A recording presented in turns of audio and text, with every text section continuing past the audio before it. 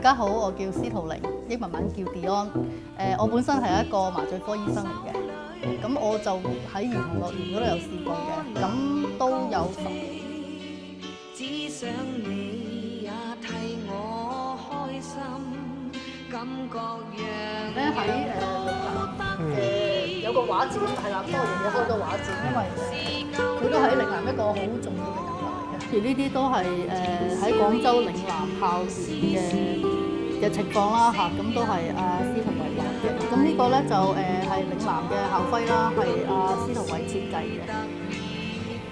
咁呢個就係可能體育堂啦，或者啲籃球比賽咁都得意嘅，見到嗰陣時啲人啲衣着嚇有男生有女生一齊打籃球。好忙。這一刻最特殊，滿有信心，默默地說，幸運是個小諷刺。雖說幸運是個諷刺，它使我能高飛。我係司徒琪啦，咁咧就係返緊約拿單團體嘅，係啦，咁就細個紅磚屋嘅時候已經返緊呢間教會啦，咁就到而家啦。我對舊堂嘅玻璃窗係好有印象嘅，因為都知道係爺爺畫啦，所以就每次嚟嘅時候咧都會望多幾眼咯。佢就係用單色嘅啫，即係冇而家咁多色彩嘅，就係黑色咁樣咯，係啦，即係用啲線條嚟到去畫啲喺度山水埋啲人，我都係睇翻啲文獻啦。佢之前係畫嶺南，即係大陸嶺南嗰啲嘅校舍啦咁樣。好忙嘅時候，即係可以再去用啲畫畫嘅方式去展現翻嗰個校園咧。咁我覺得都好有意思咯。見到佢去畫即係嶺南學校嘅畫嘅時候，我睇到好多畫畫上面佢嘅得着啊，或者佢嘅功力。司徒偉係嶺南大學校徽嘅設計者，體現咗紅灰精神嘅嶺南精神，象徵熱情、勇氣同埋穩重堅韌。佢嘅家族成員喺體育、醫學同埋教育領域有顯著嘅貢獻。譬如佢嘅胞弟司徒光學長喺1936年，佢代表中華民國參加柏林嘅奧運會。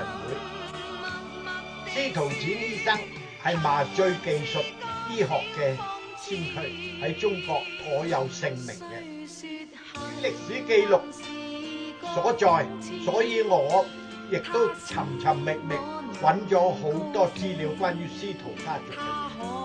咁關於司徒偉同埋嶺南嘅校徽，校徽以白雲山、珠江同埋荔枝樹為元素，紅色代表熱情同埋勇氣，灰色象徵穩重同埋堅韌。所謂紅、灰、精神，深紅似血，深灰似鐵。校歌內容有話：平原廣闊，遼近目前，江水有情家。呢幾句歌詞就已經反映咗嶺南精神嘅所在，亦都反映咗嶺南校徽嘅設計嘅麻醉技術引入中國外科手術。1950年代，司徒展醫生已經移居美國，佢嘅後人司徒晶 Jane Permore 曾任嶺南美國基金會董事會主席8年，成為嶺南美國基金會嘅重要人物，對教育方面亦都施展佢嘅才能同埋嗰種毅力。至於司徒展家族有個教育嘅慈善基金 ，Jane Permore 司徒晶曾經參與家族對嶺南大學嘅支持，文物同埋金錢，成為嶺南美國基金會嘅一個重要嘅項目。我記得喺3年前係某個星期二，喺溫哥華嶺南同學會嘅例會上，一場意外嘅發現揭開咗一個封塵嘅歷史。